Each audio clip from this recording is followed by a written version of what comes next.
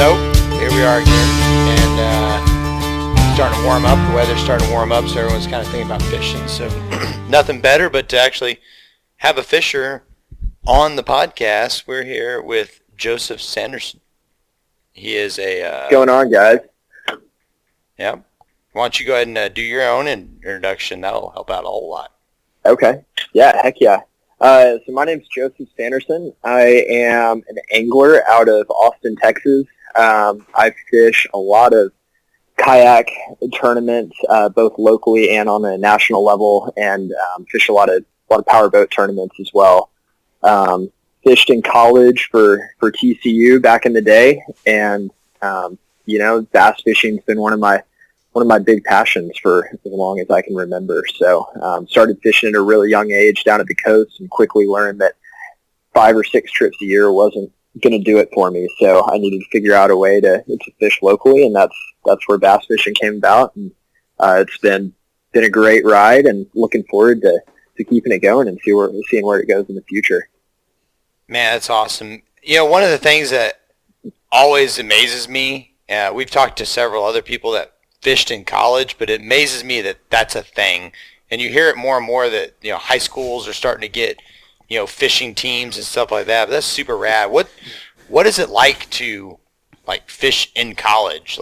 Was it a big deal, or was it kind of more of Also, when? I'm just curious, because you're talking about the high school and college thing. I've noticed in recent years and maybe it was, while I was in high school, that was 10 plus years ago, but I've noticed a lot more high schools doing bass fishing teams, and even in college, and Yep. It's kind of crazy to me. But I mean, when did that start? When did you fish for TCU, and kind of how did that, I guess, kind of play out for you as far as starting off, I guess, your career? Yeah, so I was at TCU from 2012 to 2016, and my senior year, I feel like, was kind of the real big turning point for college fishing. I feel like 2016 was about 5 years ago is when it really gained a lot of traction. We had a fishing team before I got to TCU. Probably started in 2010 or something, but very small, maybe 4 or 5 people. And even throughout my time at TCU, it was small as well. But 2016, I don't know. That's just my take on it. Was kind of the year that it really exploded, and it started gaining a lot of popularity. And colleges even started giving out scholarships for fishing. Jeez. And I think that is kind of what indirectly spurred the high school fishing, because a bunch of high school people saw that colleges were now taking fishing very seriously. So they were like, okay, we need to give our high school students an opportunity to move on to the next level, just, the exact same as football or baseball. So, especially down here in Texas, right. I think that's a big thing. And fishing and the outdoors is just kind of bred into a lot of our blood down here. So, sure. It's really taken off, and it's great. I think it's great for the publicity of the sport. And as our society kind of moves farther away from the outdoors, seemingly that it gives a very good avenue for younger people to, come into the outdoors and get involved in it and find a passion. Yeah, for sure, man. Do you think that I guess, because I've noticed, even for me personally, I started fishing younger, quit fishing, of course, when anyone becomes a teenager, you discover booze and girls, and, getting out and fishing, kind of falls by the wayside. But, I feel like, and I don't know if you kind of agree with this, and that time frame kind of sounds about right, but I feel like YouTube has done quite a bit to get younger people involved in fishing. I mean, did you kind of see that whenever you were, working your way into college with fishing? Do you think maybe a lot of your, I guess, teammates, on your team at TCU, do you think that maybe that was kind of a big factor for a lot of those guys getting into fishing, or, even for a lot of the guys in your tournaments these days? Not really. I think that the YouTube guys have a lot bigger influence on kind of the middle mid-teen type age bracket, where they see the guys and they're like, oh, mom, dad, let's go to academy and go get this lure that these guys caught this fish on. I think that whenever I was in college, that most of the people that were fishing were already pretty dialed into it, dialed into what they were doing. But as much as I'm kind of indifferent on the YouTube deal. I think that in some ways it's not so great for the sport, and I think in some ways it is great for the sport. I don't know if y'all have heard about what's going on at OHIV right now. No. That's being overrun. Yeah, exactly. And that all started from that all started from the YouTube deal. And I think that it's great for West Texas and small town economies and stuff, and those people are doing great, but it's very, very bad for the fishery. If you don't mind, just for any listeners who might not be aware of that, Mm-hmm. I mean, do you mind just explaining and kind of giving us, I guess, a quick rundown of what's going on with that? Yeah, absolutely. So OHIV is a pretty famed Texas fishery, but it's kind of out in the middle of nowhere out in West Texas. And there were, I guess it was right in the middle of the ice apocalypse, the polar vortex. There were some guys, some big YouTubers that got a hot tip, I guess, to go down to OHIV. And those guys went down there and they started using Garmin Live Scope, the latest and greatest in the fish finder technology, and ended up just having 3 or 4 of the most ridiculous days of fishing that anyone could ever imagine. And I think they had a 5-fish limit that was 61 pounds or something like that. So they were averaging over a 10-pound fish. I think they caught 3 or 4 share lunkers, which are over 13-pound fish. Yeah. They broke the state record for smallmouth a couple times. And I mean, incredible days of fishing, and props to those guys. But they they publicized it a lot. It went pretty viral on YouTube, and now that it's ridiculous what's going on at that lake. A lake that is typically pretty looked over since it's so far out of the way, and it's a great place to escape, and those fish don't get a lot of pressure. Well, now there's 300 or 400 boats on it. Everybody and their dad and their uncle and their cousins and those from out of fish are just state. getting pounded. So, like I said, great for the economy out there and stuff. In my opinion, not great for the conservation of the fishery.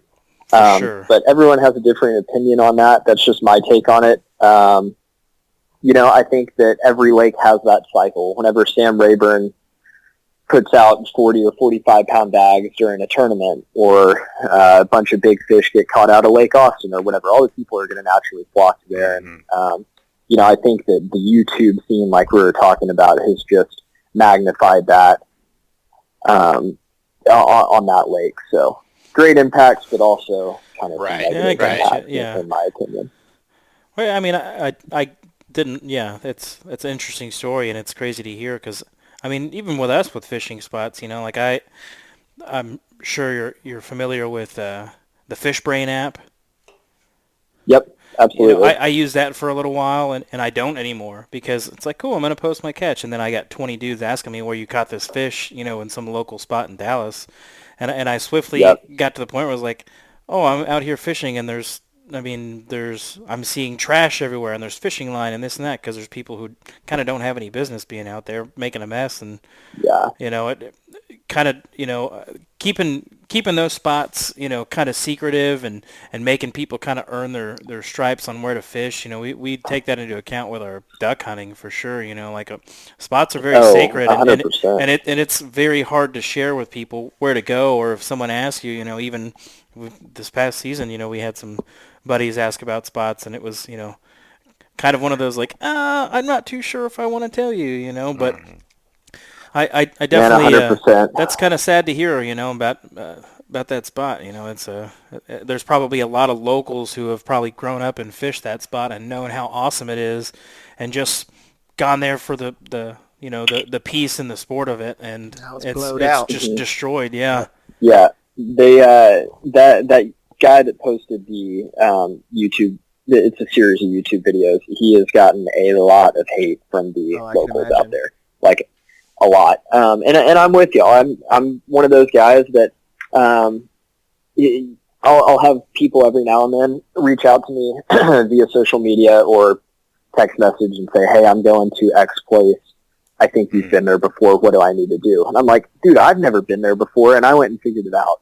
Yeah. So I think that's part of the fun for me. I'm happy to help and stuff, but I also really enjoy the challenge of doing it yourself and figuring it out. And like you said, y'all are big public land duck hunters, and I am as well. And I've been burned once or twice by giving out spots and them getting overhunted and stuff. And it's part of it, you know. You gotta earn your stripes and put in the work, and that makes it a lot more enjoyable whenever you do find that success, in my opinion. Right. And there's a big difference between like helping someone out and giving them some advice, and good solid advice. You're not like brushing them off with just a couple like, yeah, go here, maybe throw this or whatever, whatever. Right. Like actually giving some advice, but like showing someone a spot is like that's what you.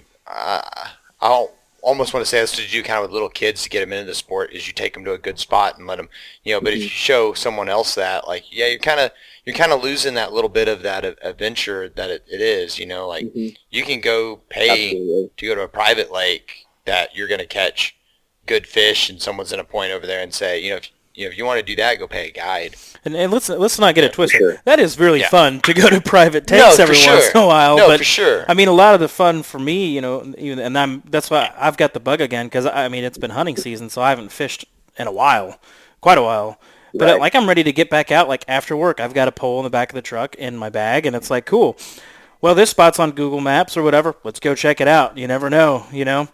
Well, and not knowing anything about it leading up to it. And it's one of those things too, like. And this is for anybody starting out that, might take this the wrong way.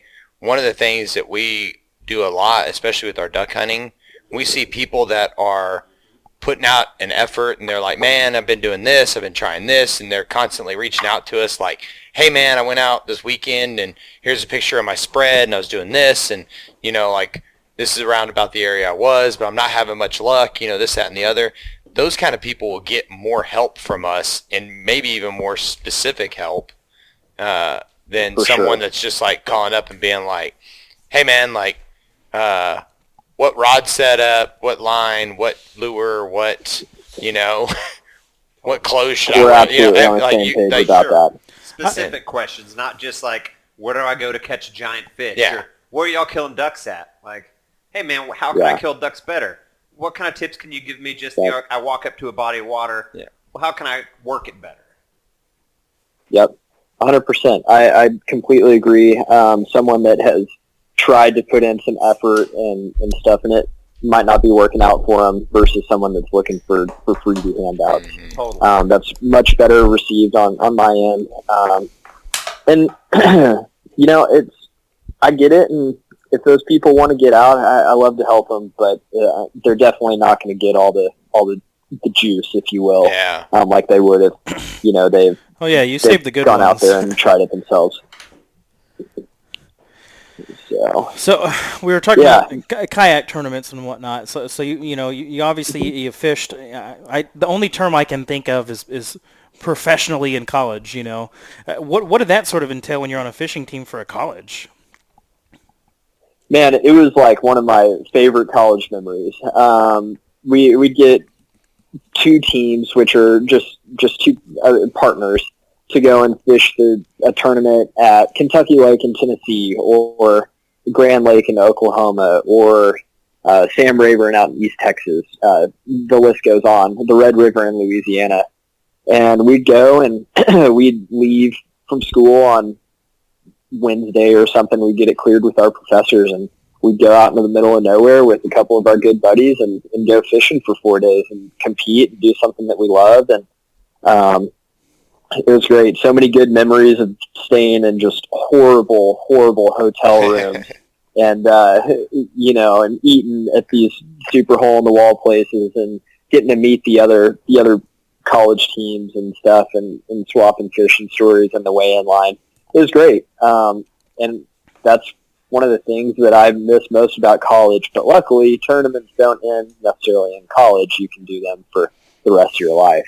So that's I figured out ways to keep doing that, and it's been great. But college tournaments were super fun, very competitive. A lot of great anglers, and blast off in the morning with the steam rising off the water and 150 boats all taking off at the same time is it's pretty wild. It's a pretty good adrenaline rush for sure. I bet. Gives a whole new. It's like fish boat races instead of Arkansas duck boat races. Exactly. That's not far off. I remember the Red River. The Red River separated into pools and by locks, and a bunch of the guys.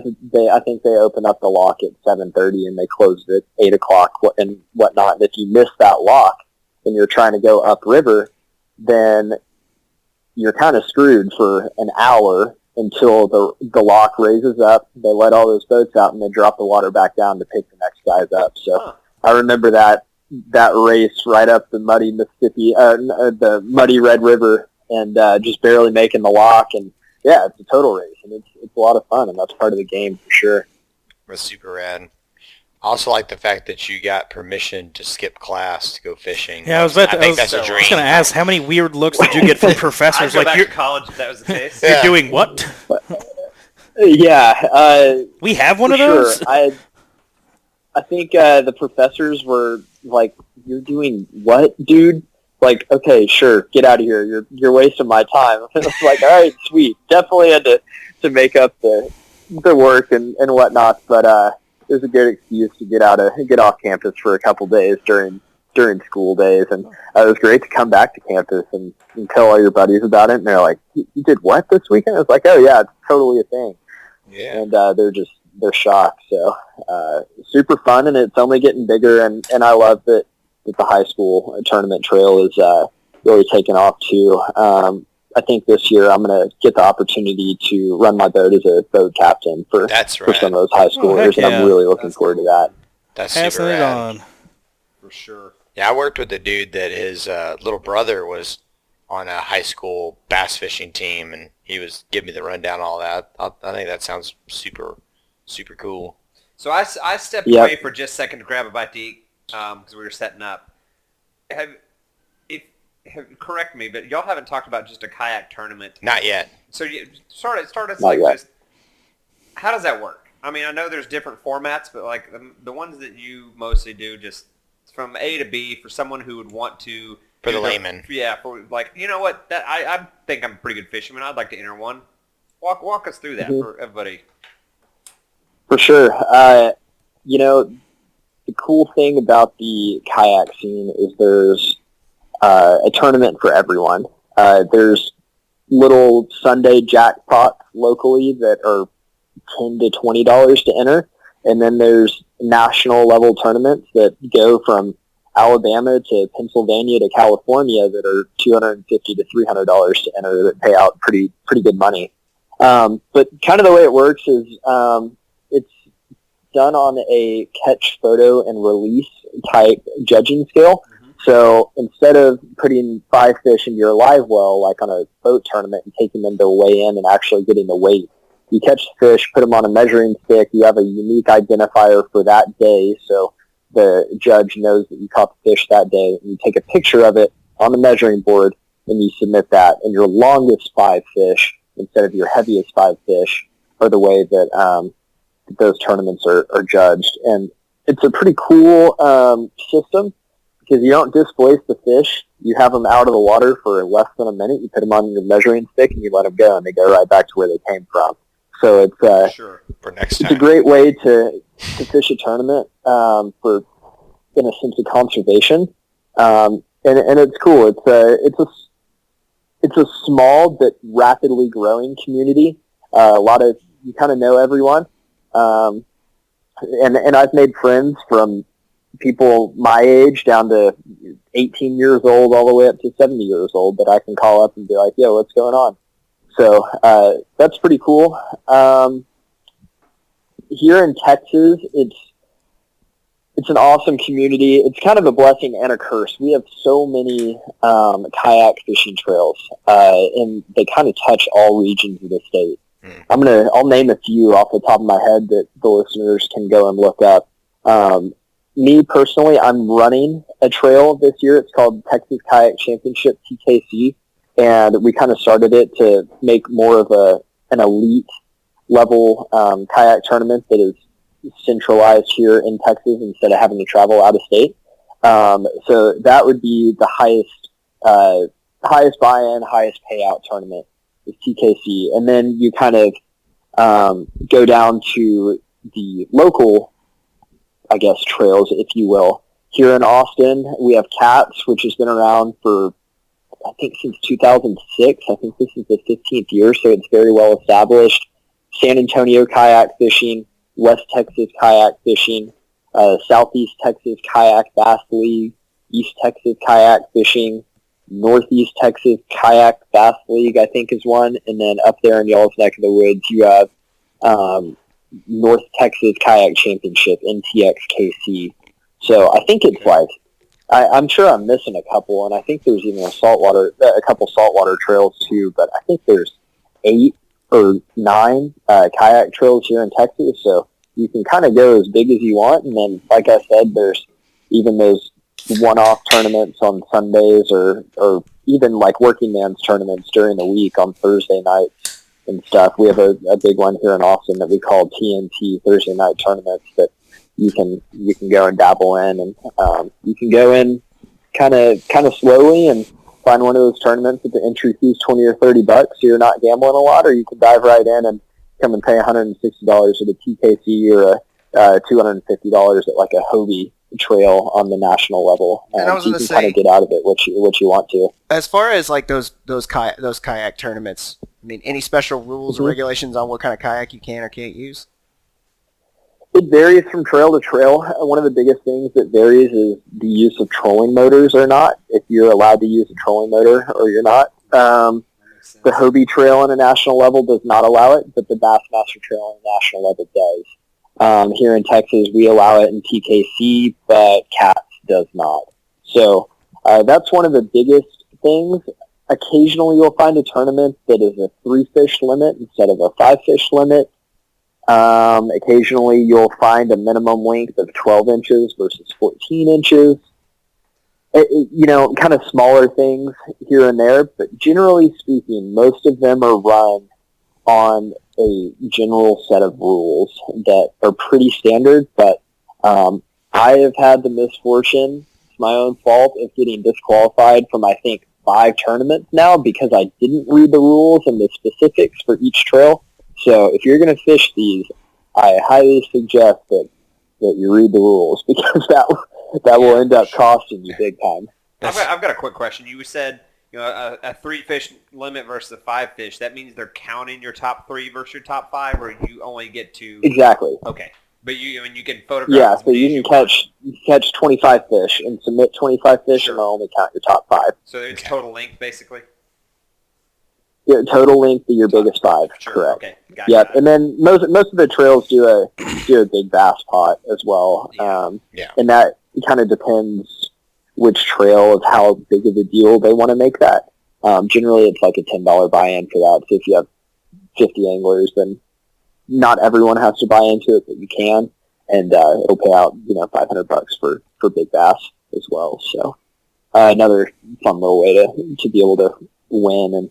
And big bass is great too, because you can be on a pattern and have the winning stringer, but some person that doesn't really know what's going on that day, can't really figure it out, can dump into one big fish and leave with a pile of money as well. For sure. So, and I'm totally interested in entering one of these $20 or $30 ones. Yeah, dude, we should do it. We should. I was talking to him before we started. My cousin does kayak tournaments, and when he talks about them, they sound fun. I mean, that's why I was super interested talking to Joseph here about all this, because I'm obviously interested in it. It sounds fun.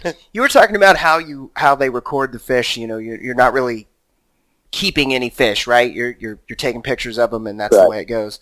I mean, do you feel like that seems like the new standard, kind of from the pros all the way down. When I watch one of those fishing tournaments on the Outdoor Channel or something, it seems like that's what they're doing. I agree with you. I think I've seen a lot more of them just do the pull it up, or have a guy on the boat. There's that, there's a judge right there. Judge on the boat. Because it's funny because when we were starting this, one of the guys at work was asking me what we were talking about tonight, and I said, well, we're talking to a guy about kayak tournament fishing, and he goes, well, how does a guy stand on his boat to judge? Yeah. Yeah. I think that, I don't know. I think you're going to have your kind of your OGs, if you will, that are on the bass boat side of things, the powerboat side of things, that are like, oh, the only way to run a tournament is by bringing 5 fish to weigh in and putting them all on the same scale. And the race. And then you have your other. Say again. With the race to the end. Yeah, so, that excitement. Yeah, exactly. Getting back to the weigh-in on time. I think, yeah, that whole deal. And then I think you're going to have kind of your new schooler type guys are like, okay, let's conserve the resource, take them out, weigh them, and put them back in. Mm-hmm. There's not really a different way to do it on kayaks because we don't really have enough room for a live well to bring the fish back into a weigh-in. Most of the times these tournaments are roadrunner style events too, which means that you can go and launch from any boat ramp within the tournament waters, the predefined boundaries. Okay. So if you were to do that and have a live weigh-in with all your fish, you would have to take the fish in your kayak into the truck and then go drive them somewhere, which is logistically next to impossible. So for kayak tournaments, the catch, photo, and release deal works really well, and there's a couple of great apps. That's how we submit fish. I forgot to mention that in the first time around, that you take a picture of your fish, whatever, and you upload it to this app, and it goes to a leaderboard. So family, friends, sponsors, fans, whatever, can all see the live results of the tournament as it's happening. And, it's an ever evolving system, but it's going pretty well right now. And there's been a few cases of cheating that have happened with this this system. I remember a big one. I remember a big one. What was it, like a couple years ago? The one I saw was the guy was taking the front end of a bass and cutting off the tail end and putting his hand over the cut to make it appear as if it was a longer fish. And was taking pictures. That's pretty messed up. Doing that, yeah. That's crazy. Isn't that like the same thing? Like people used to put weight at rocks or rods or something, lead weights or something. Yeah, I've seen that one before. Yeah, they people shove do anything to try to weights down their throat. How many polygraph tests have you had to take in your life? I have taken. Oh, we got to think about it. This 3? is more than one. Oh, 3. 3. Oh. Wow. Because we were looking at doing. I think I've. Go ahead. Yeah, I think I've taken 3, and luckily, no, check that. I've taken 2, and I've passed both of them, so that's good. Very nervous, just for the fact of taking them, but they've both gone well. So. Yeah, we were gonna we were talking about entering in a hog contest, and you had to take a polygraph test at the end of it. Interesting. Yeah. Yeah, it's kind of sad. Do you see the pool? It's sad how. Crazy. Sorry, go ahead. No, go ahead. I'm just talking about stupid stuff that led to polygraphs. That's why we're rabbit trailing. It's what we do. No, you're good. You're good. I'm all about it. Yeah, it's kind of unfortunate that it comes to that. That it comes to having to take a polygraph. But when money is involved, more money, more problems. Absolutely. So, it's part of it, and it keeps the people honest. But yeah, the one of the biggest scandals was that deal. The angler, who I actually knew personally, and I was pretty shocked when I heard about it. He would catch one fish in the morning, and he would cut the tail off of the fish, and then on his next fish, he would put that tail kind of at the joint of the fish, and then just slide it down, and it would make the fish look like it was up to an inch longer than it actually was, because that tail that was cut off was slid down over the next one. We actually just caught a cheater in a tournament about a month ago. Jeez. He was working with another guy, and the guy was fishing tournament waters, the angler that was entered into the tournament, and his buddy was up at some private pond or lake or something somewhere else about 30 minutes away, and he caught a bunch of fish, put them in an ice chest with an aerator, and brought them down to his buddy and let his buddy take pictures of them at the tournament waters. How did he get busted? So, it was kind of a weird deal. His buddy was actually fishing a different tournament that was using the same app for submission, and someone that was just watching the standings on both of those tournaments was like, that fish looks very similar to this dude's fish. And we went and looked at the timestamps of the fish and the geotags of the fish and when they were submitted and all that stuff, and it all lined up, and we ended up doing some more research and found out that the guy that was entered into our tournament had submitted all 5 of his fish within a 10-minute period, and he was in like 4th place, and we're like, dude, there's no way that you caught all of these fish in a 10-minute period. And he also tried to submit one of the fish twice with a different hand placement, and he went into some shadows versus in the sun and tried to make him look different. So caught the guy red-handed, and he has since been banned from every single tournament trail in the country that I know of. Was it a big tournament, like serious money? Was it what? Was it a big tournament, like serious money? Yeah, I think the winner took home a couple grand or something. Oh, so I mean, it was decent. But it wasn't like, $500,000. Yeah, exactly. Yeah, it wasn't a $20,000 payday or anything like that.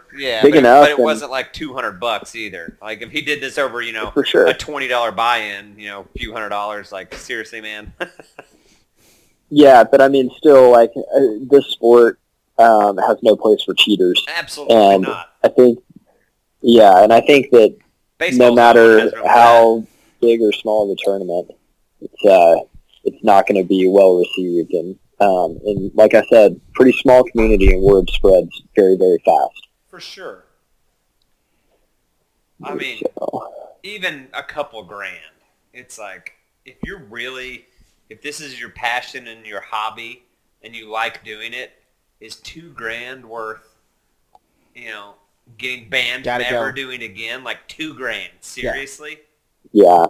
Yep, I'm right there with you. I don't think that it's worth it for $20, but people want the easy way, man. Some people want the easy way. It's like getting caught for poaching, and you get your license revoked in like not just this state, but all the states that are combined in that. So you can't go out west or any of that stuff. Yeah, the poaching thing, to quick rabbit trails, like when you see some of these deer some people poach, like that's what you decided to break the law over? Like that deer? You poached a freaking 2.5-year-old doe? Yeah, like I don't shoot big deer often. Yeah.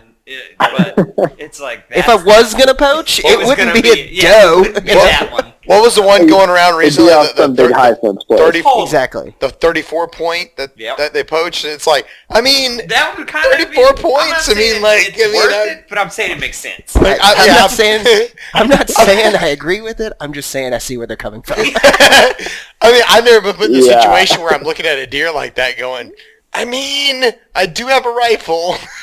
Yeah, exactly. In July. Yeah, so I can't speak for it. Yeah, and I would it's crazy, man. No, of course not. It's different how everyone thinks, and it's worth it to some people. But if you do that, you're going to get caught, and it's not going to be pretty. It just ruins your reputation. It goes farther than just not being able to fish tournaments. So, and plus, it's a legality thing.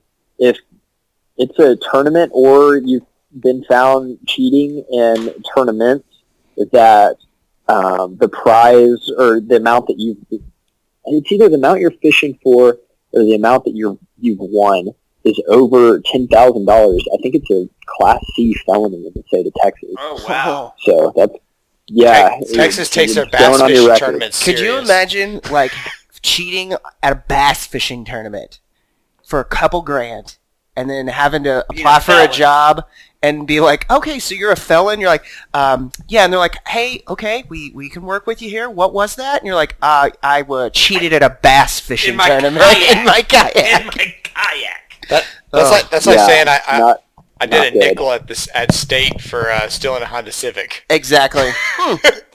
Okay. Cool. Okay. Okay. Yeah, not what you want. No. For sure, not what you want. Just do it the right way. Take your lumps, learn how to fish, and don't cheat. It's not good. Yep.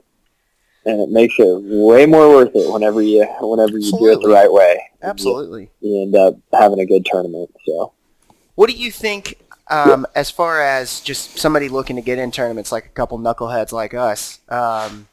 What do you think the biggest mistake as somebody who's done it a bunch of people, new guys make, or gals make, getting into tournament fishing?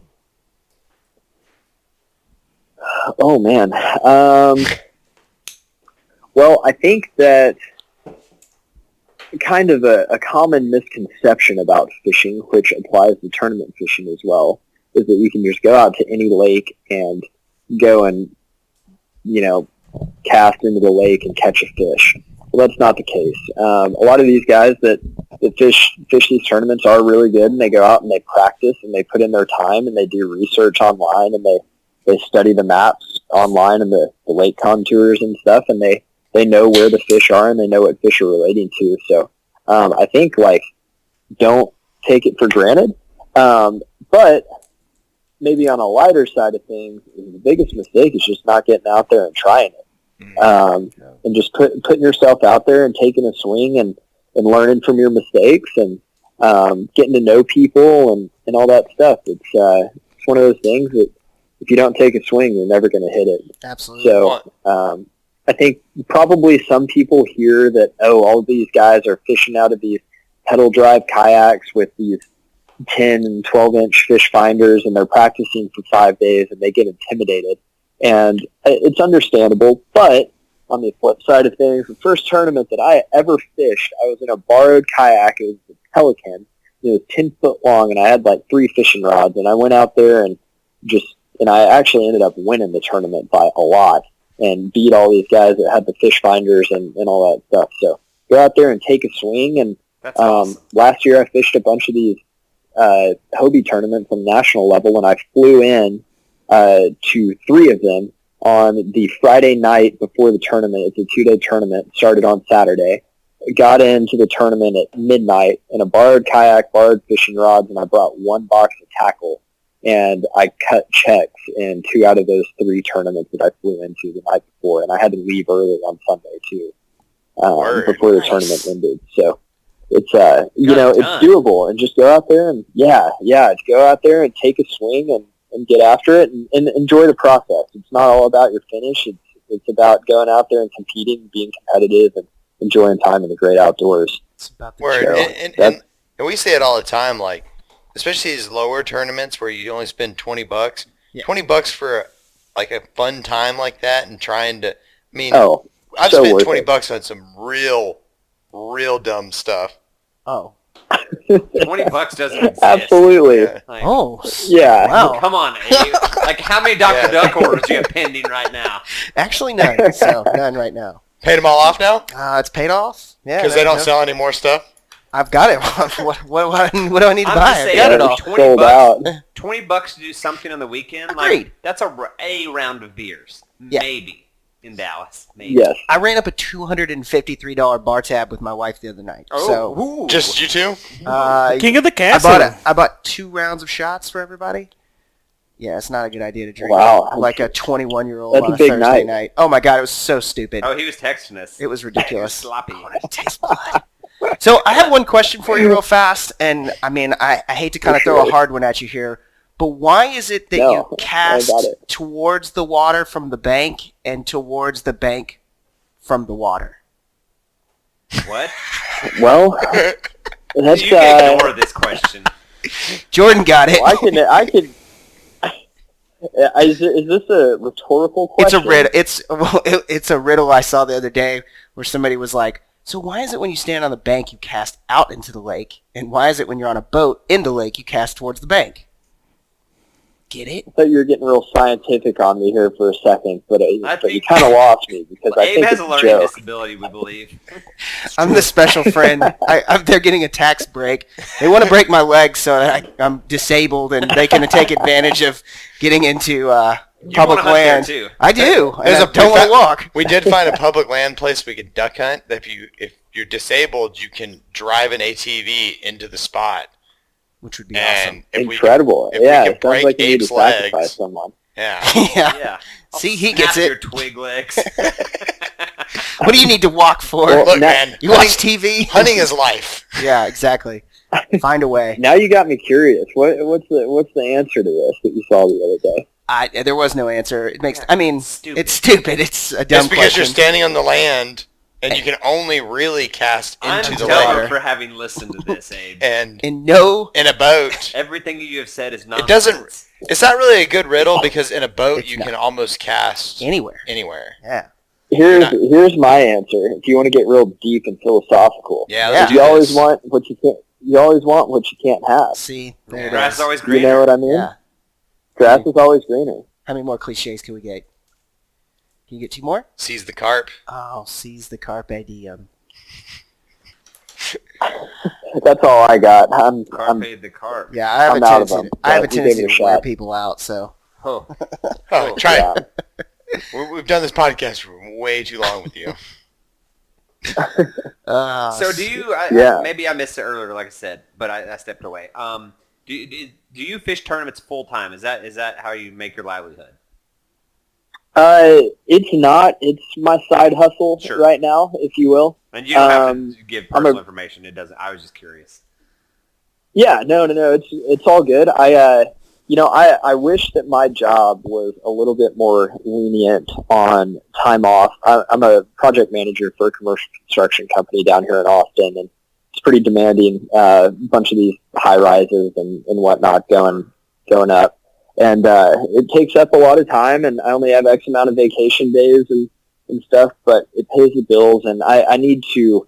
I think one day I just need to grab life, right where it hurts, grab life in the huevos and just Yep. go Yeah. for it. I wish And, I knew now what I knew Yeah, when I you- was a kid, because then I could just do that without having responsibilities, right? Oh yeah. Absolutely. And I wish I would have taken a swing at it right out of college, I think. But who knows? I'm getting closer and closer. I fish a lot of powerboat tournaments too, not just kayak tournaments, and I would love to take a swing at the Bassmaster Opens and try to get qualified for the Elite Series, one of the professional level tournaments, and make it my livelihood. And we'll see how that goes. It's kind of, I'm not going to say it's in the works, but it's on the horizon. And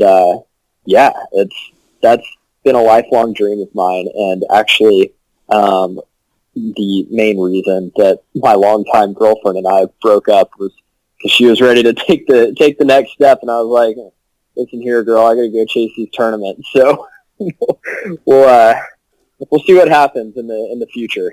Yeah, man, you gotta find somebody that understands. Like this is my deal. I do you know? this That's, constantly. that makes 100% sense to me. Like, Yeah, no, you yeah. can't ask somebody to sacrifice their passion just so they stay at home and watch Desperate Housewives. Yeah. Huh. Yeah, that's not going to Fiancé? be me. Dude, that is show not hasn't going to be been on me. the TV for a long time. Your microphone's pointed Why at are your you- nose, Jared, so no Yeah. one can hear you. Yeah. That show hasn't been on the air for a long time. I haven't had cable in over a decade. Okay. I'm Listen, shooting you the hip 40-year-old man. 70. You can't watch Three's Company Yeah. all the time Yeah. on the TV. Mork and Mindy? When's Archie Bunker come on? Them Duke boys are at it again. So, Yeah. what does it take to qualify to get onto to be a professional angler on that tournament? Kind of. And it's tough. It's a pretty long road. It's a very expensive road too. Oh, yep. And not only the entry fees. So the Bassmaster Opens, this is the way that you qualify for the Bassmaster Elite Series. They have 2 sets of Opens. This year, I think it's the Central Opens and the East Open, or the Eastern Opens, and they're 4 tournaments each. And they go off of a point system for that. So your combined finishes, for each of those trails. And then they have, if you decide to fish all 8 of the opens, the Eastern and the Central Opens, then they have a combined points race for the combined trails. And they take, it's the top 4 or 5 from each division and qualify them for the Elite Series. Well, each one of those tournaments, I think this year for the pro side of things is $1,800 to enter. So you take that, and it's $7,200 per division, $14,400 for both of them, and then you throw in your gas, your oil for the boat, your maintenance for the truck, your lodging, all the tackle you have to buy, blah blah blah, all that stuff, and you run it up to 30, 40 grand pretty quickly. So that's where you got to have sponsors and paying sponsors to really help you out if you're gonna make it work, because that is not very sustainable off of tournament winning. So that's how you qualify, and then the guys that are already in the Elite Series, after the restructuring, going kind of taking a lot of those guys and going over to the MLF side of things, which is what you are talking about, seeing on the Outdoor Channel, where they have an official in the boat and weigh him right there in the boat. They have just requalified all of the guys in the Elite Series for the next year.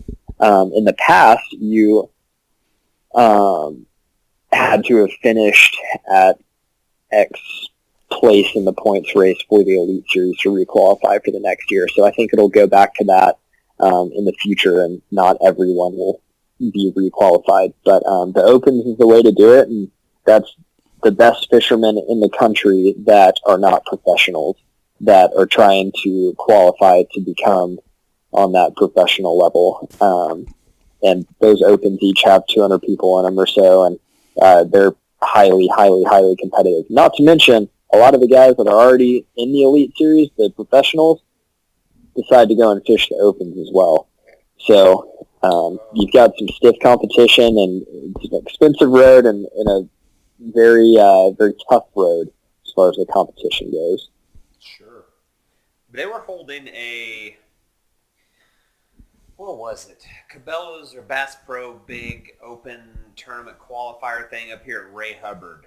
It was like a Pro-Am or Yeah, something. Pro-Am or something to qualify for one of the big tournaments. You know, this I'm describing this horribly because it's outside my world. And we kind of talked about it, like, that'd be awesome. And then we started reading the rules, and it's like, oh, the only people who can fish it are people who own the brands of boats that they sell.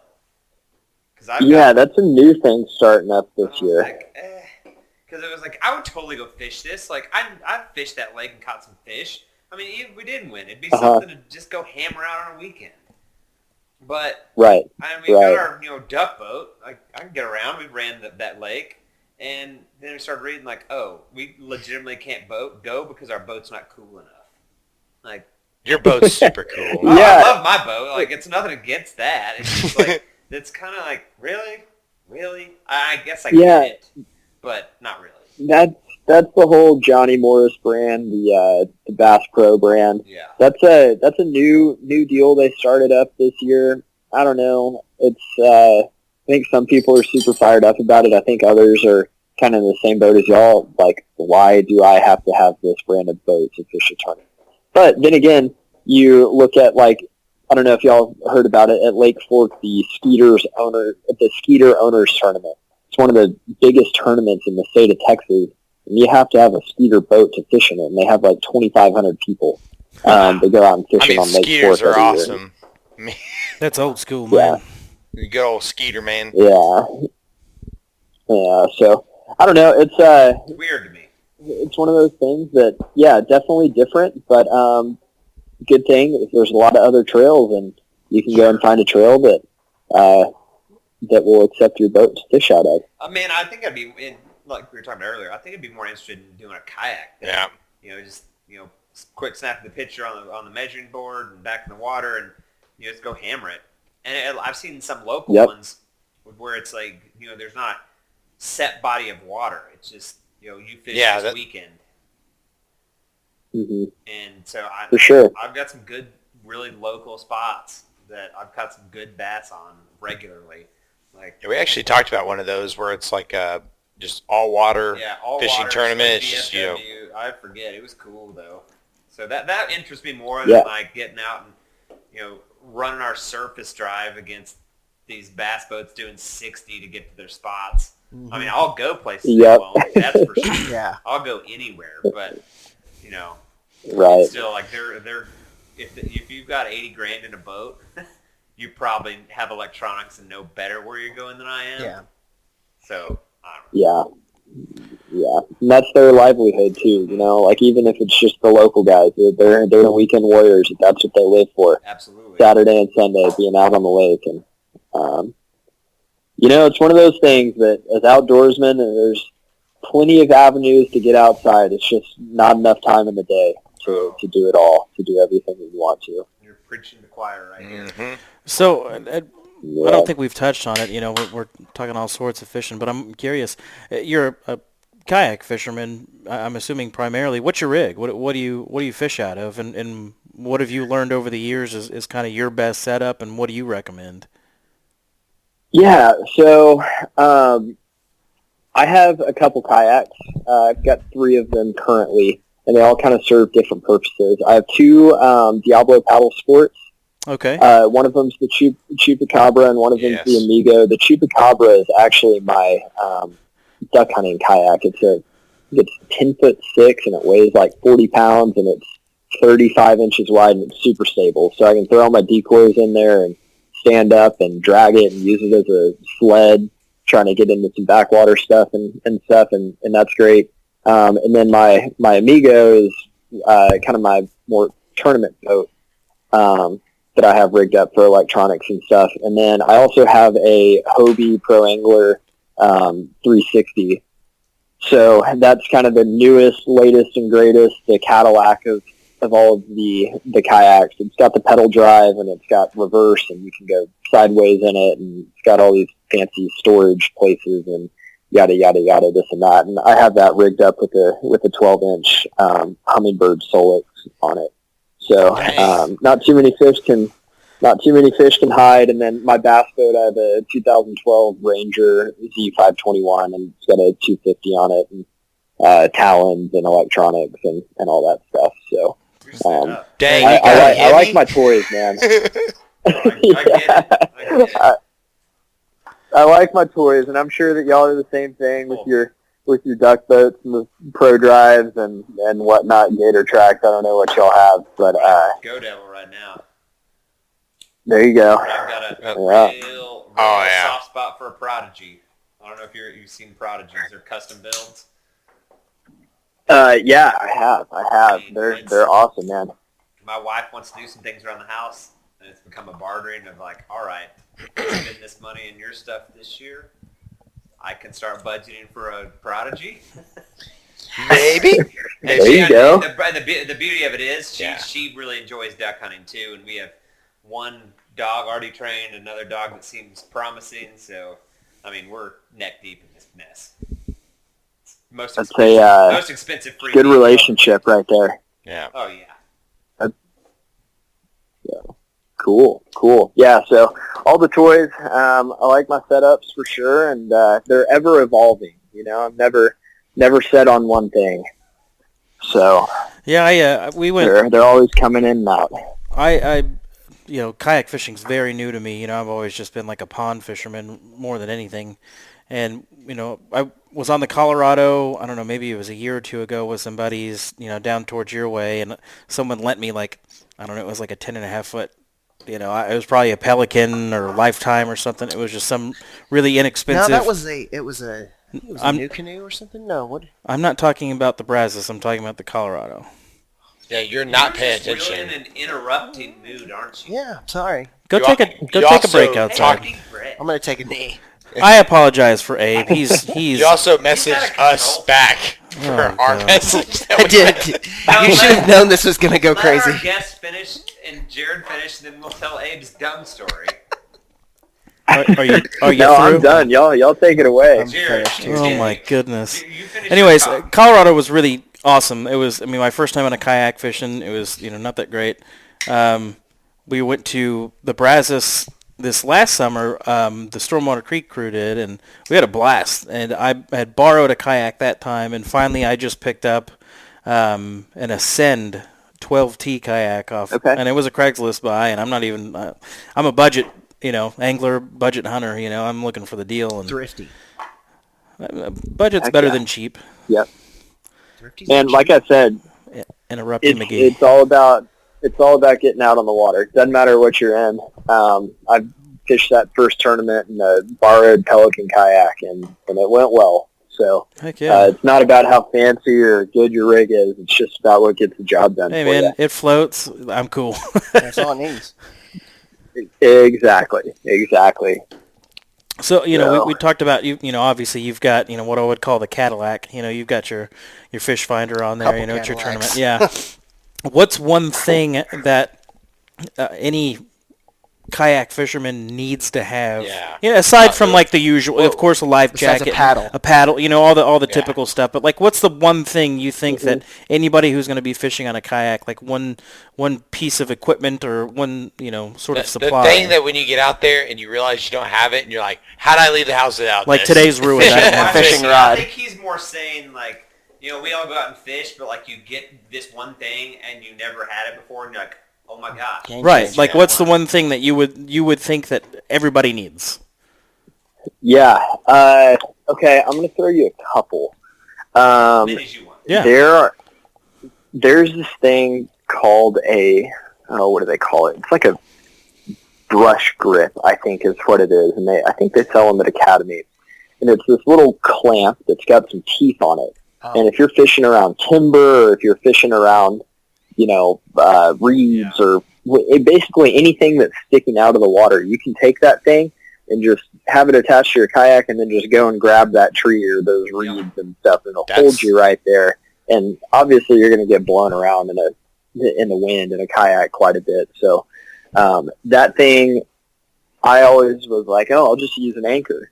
Well, dropping an anchor in 10 feet of water and then pulling it up, and it's all muddy on the bottom. You get a bunch of grass on the anchor, and you got to clean it off and all that stuff. You're like, oh, it's kind of a pain. You have that grip, and you can just grab the tree, and it holds you super tight. And it's a $15 thing that will save you so much headache.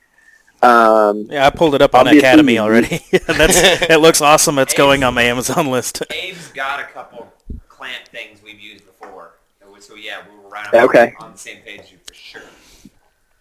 There you go. That was Yeah, definitely when I heck, started using it. It was like, oh my god, this is the greatest thing ever. Why haven't I used this before? Yeah, that thing is fantastic. I bet that y'all could retrofit it with a little bit heavier rope, and even use it for your duck boats too. But I think another thing that a lot of people look over is a high quality paddle.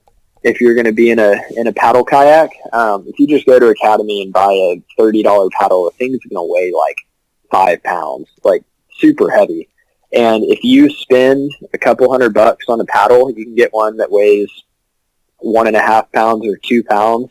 And paddling all day, you make thousands of paddle strokes. I don't know how many you make. But if you're lifting an extra 3 pounds on every single paddle stroke, that'll wear you out. So if you spend a little extra money and get a nice like carbon fiber or fiberglass lightweight paddle, that's going to make your experience out on the water a lot better. Yeah, I totally agree with that. Jordan has preached that to me for years. I still rock my paddle, but we, like I said, we've done some trips and some fishing, but not like you said, where you're just on the water sundown. This year? Yeah. And if you're doing river trips too, like on the Brazos or something, you do an overnighter or a camping trip, and you're doing 18 or 20 miles or something like that, like, man, that adds up over the course of a couple days. I floated the Devils and the Pecos over the last few years, and I had a real nice paddle, and my buddies were using these plastic ones or whatever from Academy, and they were like, oh man, like my paddle sucks. And I was like, man, I'm rocking right along over here. I don't know what y'all are talking about. So, well, that's and also big those deal. little bit more expensive ones, you can adjust the angle. Like mine has a bunch of just like, and it's not just like 45, 90, like it's all the little angles in it so you can get your paddle down just right to get your strokes where you need them.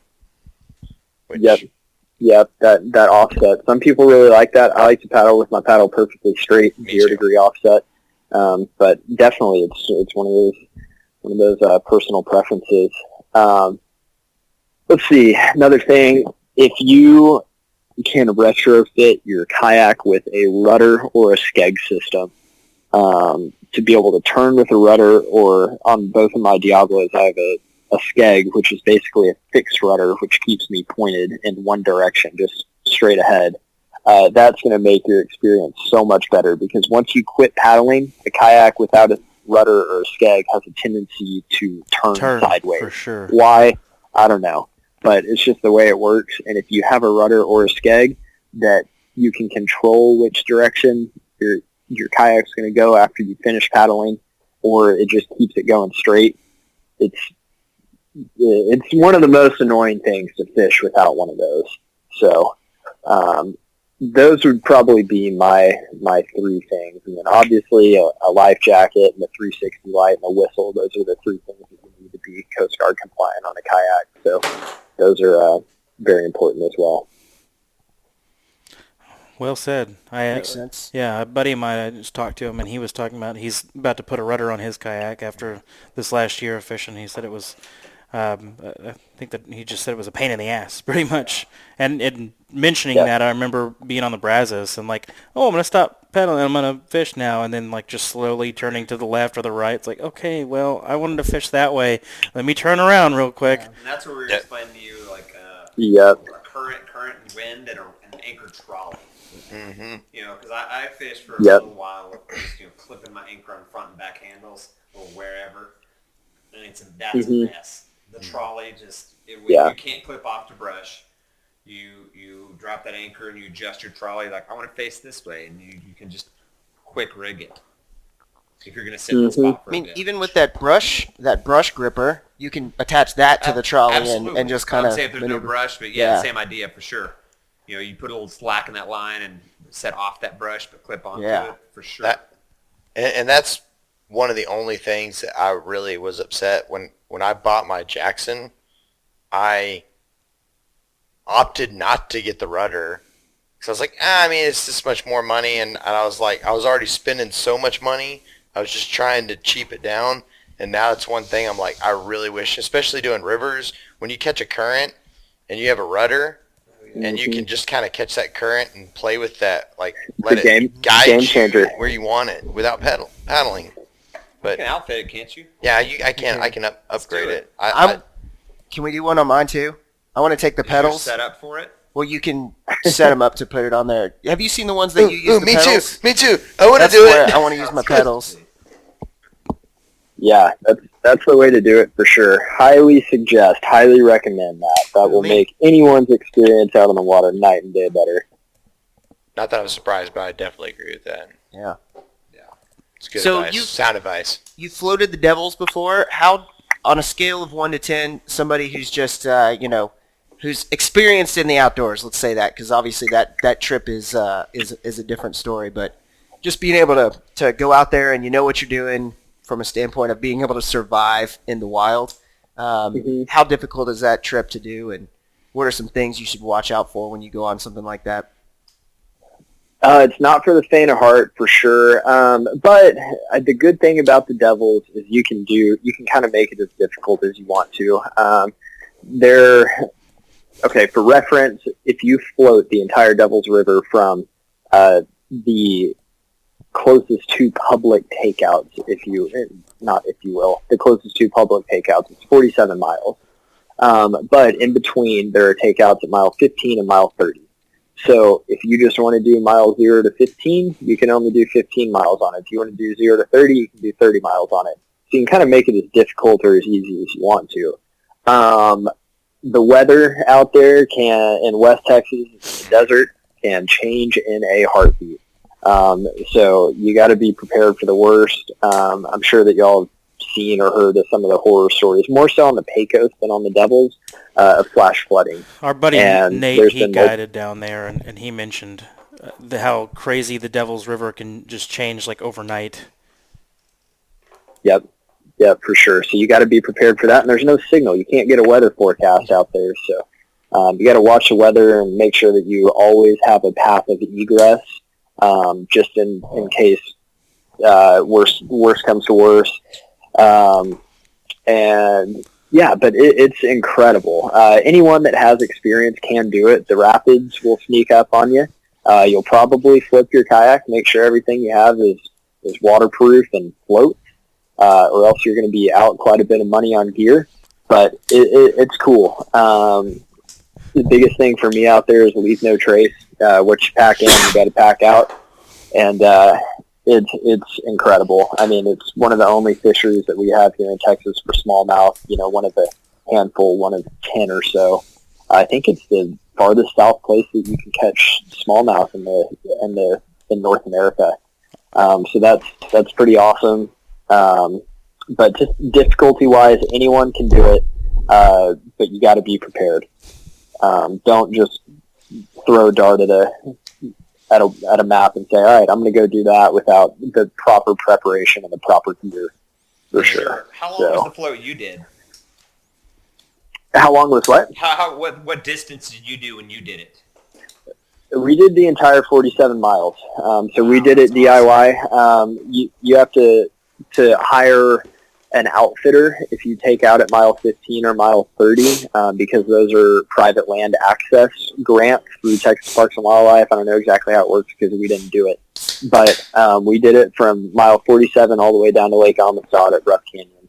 So public put in, the public takeout, and we did it in like 3.25 days too. We had a short time frame with work.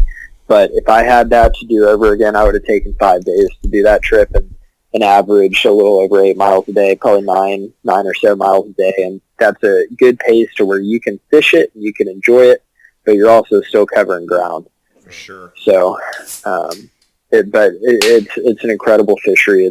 I think it's the most unique fishery that we have here in the state of Texas, and one of the top 3 fisheries that we have here in the state too. It's out of this world. How? Sorry, go ahead. What was I gonna say? No, I just forgot. I was gonna ask Abe or Jordan or Jared. How long was our Brazos run? Or even you? 8 miles. It was 8 miles. 8 below Whitney to take out. 8 mile is what it was. Mom's spaghetti. My arms are heavy. God. Yes! So yeah, that was a solid That's 8 day miles. because we got so hung up and just fished holes once we I fish. I lost myself while we were out there. It was. I mean, what were Yeah. there? 12 plus hours. In the music and in the moment. Stop. I was never gonna let it go though. Yeah, I guess like you said, 8 miles a day if you're gonna fish is About right. Is Yeah, a full day. Because if we didn't have to go home, We only that had would have one. been perfect. We only had one chance though. Somebody turn his mic off. I interrupted, and Abe you're letting this go. interrupted. Jared has turned into Eminem. I quit. We He's apologize. going after it, man. Ugh. My palms are We sweaty told right it to now. be a mess, but I didn't You're realize B Rabbit at best. So you did the full 47. Yeah, like you said, 8 miles a day. That definitely seems be the ticket. If you could It's way stop more- and camp. Yeah. Way more reasonable than 16 miles a day. I can tell you that much. That's Um, at the end of 8. 16 I miles was a day is done. cooking. Yes, I can't Yeah. even imagine 16. Yeah, and you at 16 a day. I mean, You're not fishing. You're not just fishing kayaking. hardly at Yeah. all, are you? You're doing a lot of paddling too, and I mean, let me tell you, the wind out there in West Texas, it rips. So, and it felt like no matter which direction the river turned, that wind was always right in our face. Ugh. So you're doing a lot of paddling, and it's not easy paddling either. But the trip that's even more wild than the Devils is the Pecos. It's more untouched. A lot of people have done the Devils. It's a well-known deal. The Pecos is a lot less well-known. It's farther west. It's farther out in the middle of nowhere. It's harder to get to. And there are no public takeouts along the river, so you have to do an entire 63 miles. On the Pecos. Yeah, so that one's a good little poke for sure, but it's wild, and that one is the one that even if you are well known, or if you're familiar with the outdoors and stuff, that you got to be careful on that one, because most of the time you are going right through sheer walls of a canyon, and it gets wild out there. We actually had a tornado touch down 8 miles away from us while we were on the river. Jesus. Yeah, it was crazy. We got back to service and had like 15 Facebook messages from people that knew I was going on the trip that I wasn't really friends with, that were like, "Are you alive? Did you all make it?" Blah blah blah, all this stuff. So people have died out there. I haven't really heard of too many people dying on the Devils, but plenty of people have died on the Pecos. So got to be prepared and know what you're getting into, because 63 miles is a long time. You need water filtration. You need freeze-dried meals. The whole 9 yards. How long did you take to do it? 8? We did that one way too quick too. We did that one in 4.5 days. I think 4.25 days. Yeah, so we covered 16 miles on a day on that trip too. But yeah, that's a lot. I mean, we're cooking. That if you're there just to see the sights, sure, I want to go fish. Yeah. Yeah. I mean, I'm into that though. Like to go fish that sounds rad. 8 days. We caught plenty of fish. But after we weathered that storm we made it the last night. We were like 20 miles from the takeout. We were going to take another day, but after we weathered that storm, we were like, yeah, I think we're pretty okay with being done with this river now. Yeah. So yeah, we booked it. Wow. Yeah. Going through a storm in the outdoors especially in a setting like that, will zap you for sure. Kind of just like, I'm over this thing. Yeah. It was the gnarliest thing that I've ever experienced in my life, and I like to put myself out there. I like to get puckered up in the outdoors a little bit and feel like I'm at Mother Nature's mercy, and that was crazy. I mean, we were up against the canyon wall with a slight path of egress in case the river came up, and we had lightning bolts like dropping down in the canyon 50, 60 yards away from us, and just the loudest thunder that you can ever imagine. And we got back to the little town, and we were looking all beat up and stuff, and the attendant at the store, she was like, "Well, did y'all just get off the river?" And we're like, "Yeah." And she was like, "Were y'all on it last night?" And we're like, "Yeah." And she was like, "There's a tornado 8 miles away from here." And we're like, "Oh my gosh, that makes sense." That explains a lot. Wow. Yep. Yeah, so pretty wild, but it's cool out there. West Texas, best Texas. That's my motto. It's one of my favorite parts of the country, for sure. Hey, you got a good story out of it, right? Yeah. I bet we haven't even touched the tip of the iceberg of stories, but yeah, man. That's crazy. We'll be telling that one for a long time. I can imagine. That's for sure. How many of you were there? Just 3 of us. Just 3 of us. So we didn't have a whole lot of help if things really got bad. But we were prepared for the worst. We got up about 50 feet above the water level, expecting a pretty gnarly flash flood, and luckily the river only rose a couple feet, so we were clear and woke up the next morning. We're like, well, made it through that one, so let's get this thing over with and hang it up for a little while. And we're talking about running it back this year. We'll see how it goes. I'd rather run the Devils back personally, but the group of guys that I'm with, they're like, "Oh, we gotta go do the Pecos again." I'm like, "All right, cool, sign me up, whatever, here we go." So For sure. Sounds like fun to me. I'd definitely like to do the Devils at some point.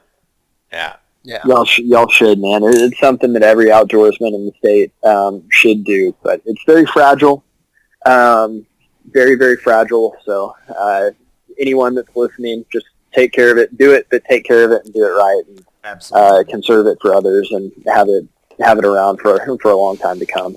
Yeah, both those rivers have been on my scope. And keep in mind that because of our water access laws in the state, we get the privilege to do that Yeah. because, Better than some. Yes. That's something to keep in mind as we move forward in this political landscape to watch out for. Oh, 100%.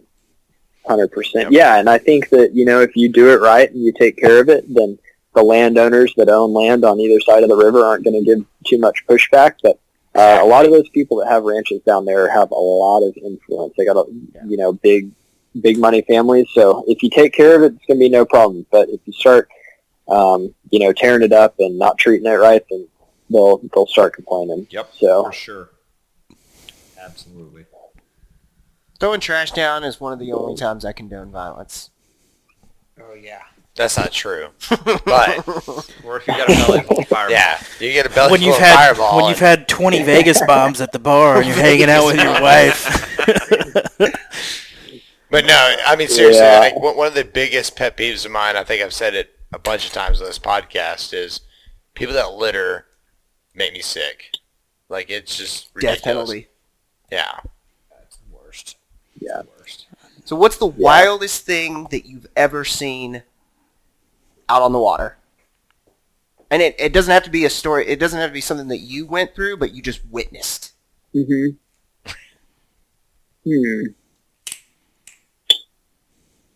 Oh man, it's got to be something in the salt. I feel like everything's bigger in the salt water than it is in And everything fresh water. has teeth. Yeah. It wants to eat you. Yeah, everything has teeth. Yeah. Well, I mean, this isn't really fishing related, but I was fortunate enough, my family actually won a trip to South Africa in a $10 raffle.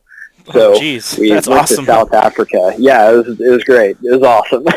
So we went to South Africa and went swimming with the great white sharks and saw one of those things attack a seal. So Nature that is was, metal. That was pretty crazy. It was like Yeah. National Geographic. Man, okay, here in Texas, this is probably the best thing that I've seen.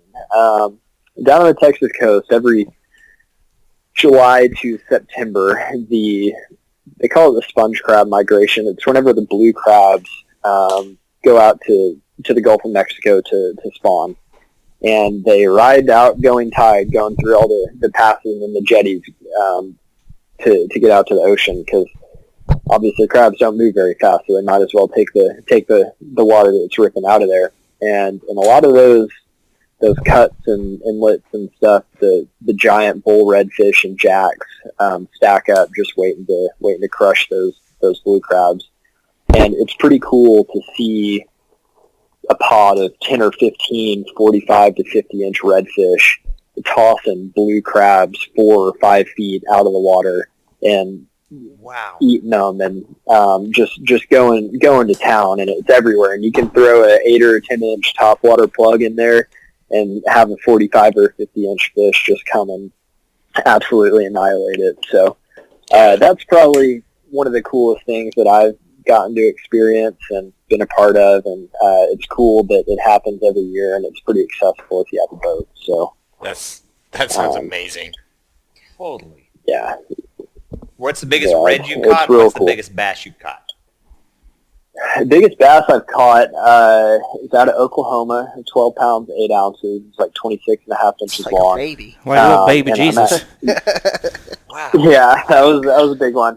And I'm actually going back to fish a tournament there at that same lake this weekend. So hopefully we can replicate it. We'll see what happens. Fingers crossed. Biggest redfish I've caught. Oh, man. I don't know if I've caught one that's 50 inches. Biggest one I've put a tape on is 47, but I think that I've caught a couple that are bigger than that I didn't put a tape 4-foot on. redfish. So, Let's go. yeah. Let's go. And that's on light tackle, too. That's on bass fishing tackle. So, Is that it's, down in South Texas? what's up? Is that down in South Texas?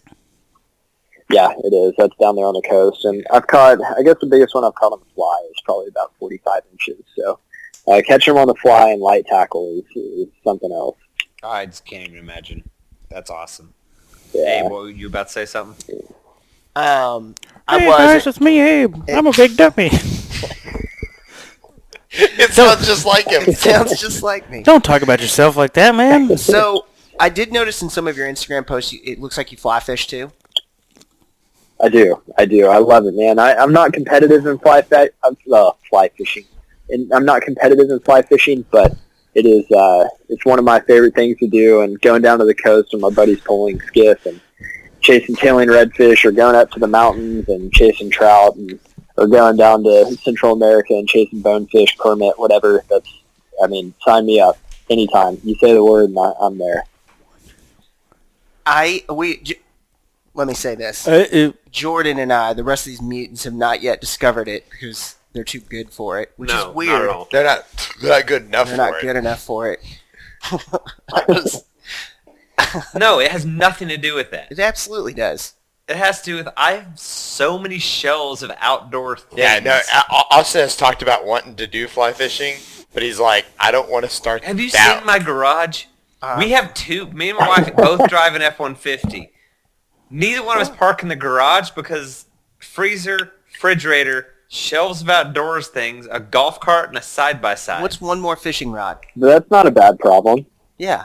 Hey, plus they break down into 4 pieces, so they don't take up any room. Oh, yeah, it's that one rod. That's all I need. Until That's like, all you hey, need. bro, tie flies. Hey, bro, you need your fancy little vest. Hey, bro, you need this I don't belt have a clip with 7 wads of line of some sort on it. I don't have any of Tippets that. and zonkers, and I mean, just, I don't even know. I don't even know. Finally taught him You some don't words. even know. It's a slippery slope, It that's is. for sure. And I go down rabbit holes. Everyone sitting here can attest to this, that it's all or nothing. Yeah, And that's why I'm afraid of it. I I don't have nothing research- against it in the least bit. I don't research anything on It's the internet. I me just ask you. just knowing I'm going to go down this rabbit hole and end up with piles of things. It's awesome. But that's okay. That is okay. That's okay. What the I'm just throwing things out of my wallet right now. These people are mutants. I'll probably end up, so my wife and I are going to Mexico in a couple weeks. I'll probably take one of your fly rods. You've got spares, Abe. I'll probably take a fly rod and learn to fly fish on the There you beach. go. Because you there's go. nothing to get tangled up 100%. on. My wife will be at a spa or drinking fruity drinks. And I'll just go learn to whip They that have- thing Hey, around. hey! Don't act like you're not going to be drinking fruity drinks. Dude, they have Did I say I was? Bomb. Was it? Oh, ass I'm- strawberry margaritas. I'm not scared of a am mango daiquiri. all Oh, about dude, I food. love I'll a mango fight. daiquiri. Yeah. I'll fight over I some am mango all about the daiquiri. fruity drinks. Yeah, on vacation. Yeah, they're that's delicious. the ticket. Do you not like No, not Kool-Aid? just on vacation, anytime. Just anytime. Sweet drinks. so to close us out, best fruity drink, go, everyone, Austin, You talking to me? everyone, Yes, I'm everyone. talking about you. You start. Something with coconut and pineapple and I don't know, like some umbrellas and flowers. I don't even know what it's Pina called, colada, but that'll work. Yeah, but not frozen though. I'm not a big frozen guy, See, so I'm a sucker for yeah. I frozen. don't know. I don't know. I'm not good at naming all that stuff. I don't know the names. Just make me something that tastes fruity and whatnot, and we'll Put an We'll umbrella be in set. it. And For sure, an umbrella, absolutely. Man, Yep, sign me up. I'm a sucker for frozen drinks, other than frozen margaritas. Not a big fan of frozen margaritas unless they're fruited. Yeah. So, Oh, so there's a lime in it. It's okay. I would have to go with like a fruity daiquiri. Like on cruises I've been on, they've always had like mango or papaya daiquiris. mine's banana colada. Boom. So banana colada for you. Banana I'll have to colada. order one of those in a couple weeks. Oh, you're awesome. Jared? Fruity drink. Not what you are.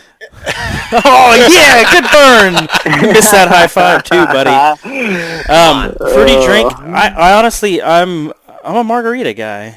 Yeah. I love frozen marg. I mean, Frozen strawberry marg, bro. strawberry marg's all right Yeah. too. Watermelon. I've had a frozen watermelon Sure. margarita before. Delicious. But I love margaritas. Peach marg? I haven't had a peach margarita before, Yeah. A twist on a Bellini, if you will. if you will. Minus the champagne. Jordan? Man, summer can't come soon enough. Oh, sounds jeez. so good. That's it, All man. that. I'm ready. What? Once like the hunting seasons end, it's time for summer to begin. So it's that's why I like Texas. It It's kind of fishing just time. breaks it off, and I gotta try to Boom. murder a thunder chicken, Take and then I'm ready to go. There you go. Yeah, that marks summer right there. Take me to the coast and just burn every single square inch of my skin, and let's come back to work just in pain the next day after getting roasted in 105-degree heat. That is my idea of fun. I agree with You that. think I'm being sarcastic? I am not being sarcastic at all. I agree. I'm in. I believe you. I got to get my Yeah. sunglass face tan again. Yeah. Raccoon Yeah, eyes. raccoon, Yeah. trash pan Raccoon. face. Yep, Yep. totally. Well, man, Cool, thank you so fellas. much. It was awesome. Yeah, no, thank Learned a y'all. lot about kayak Yeah, fishing, thank y'all. tournaments, Devil's Hopefully River, it was man. informative. It was awesome. It was awesome. Yeah, for sure. Yeah, good. Glad to hear it. I got to, I'm needing to hop off. I got to go and rig up all my rods and pack for tomorrow. I'm leaving straight from work to drive up to Oklahoma for this tournament. So, And as you gotta- kick us off here, just where can people find you on social Yeah. media, or is this is Anything this you is need the to plug? shameless self-promotion plug right here? Boom. well, I appreciate it. Yeah, probably where I'm most active is on my Instagram page. It's at JMS_outdoors. I've got another one that's like a little bit more kind of my personal life, and it's J_M_Sanderson. That's where I post all my hunting stuff and whatnot. But JMS Outdoors is my fishing, my tournaments, and all that good stuff. So that's probably where this crowd would want to look for all that information. But feel free to shoot me a DM or anything on there, and happy to help out whoever.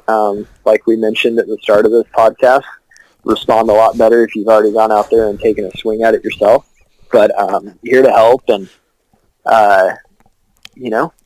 hopefully you four guys, we can meet up and get on a duck hunt or go fishing somewhere and have a big old time. We're always down, man. Yeah, Man, we'll we'd work love to it come out. duck hunt down there. That's new territory for us, but we got a minute for that. Well, it's pretty contradictory to what I would say, because whenever I duck hunt, I'm up there in North Texas and Oklahoma. That's funny. So I would rather hunt up there where y'all are, for sure. We don't get a ton of mallards. Now, if you want to go down to the coast, I'll go duck hunt the coast. Yeah, we that can be definitely want to go to the pretty coast. special. We'll have to trade some hunts. Yeah, We can find a few mallards up I'm here, all about it. but the coast is, Heck yeah. Abe and I did one hunt on the coast with some other buddies, and it was unbelievable. So the coast is definitely our preference. So pencil that in. Heck yeah. Sign me up. Yeah, let's get after it. Let's get after it for sure. Cool, man. Well, thank you so much. all right, I mean, fellas. I'm sure we'll be messaging you on Instagram, talk about tournaments or advice or what do you think about this one. But, man, we thank you so much again. It was a pleasure. Very Of course. informative. Yeah, anytime. No, I appreciate it. Maybe we can hop on here again sometime in the near future. For sure. Cube Rayleigh. All right. Hey, y'all have a great night, and we'll catch you later. You too. Thanks, bud. Thank you, man. Stormwater Creek is Yeah. the best. Grinch, the captain. Aim, the helper. Jordan, the problem solver. I hope you like Stormwater Creek. Stormwater Creek.